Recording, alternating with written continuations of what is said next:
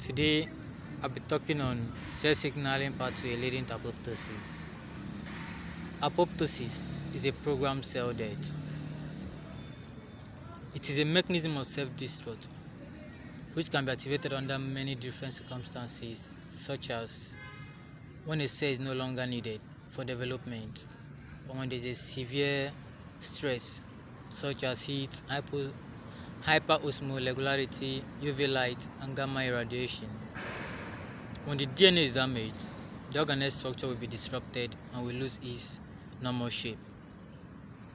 These cells will break up into small fragments called apoptotic bodies, which will be engulfed by scavenger cells.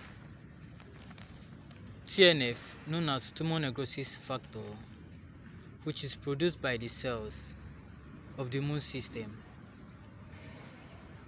interact with specific tumor necrosis factor receptors. These receptors have binding sites on death domain that carry safe destruct signal through the membrane to cytosolic proteins like tumor necrosis factor receptor associated death domain. When caspase 8, an initiator caspase, is activated by an apoptotic signal carried by tumor necrosis factor receptor associated death domain, it will further activate other proenzymes. Proteases will cause the release of cytochrome C and several effector caspases from the mitochondria.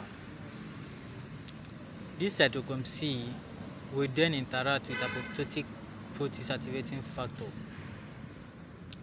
that will lead to formation of complex, which will bind to the initiator caspases and activate these caspases to caspase 9. This activated caspase 9 will then catalyze the destruction of cellular proteins, which is a major cause of cell death.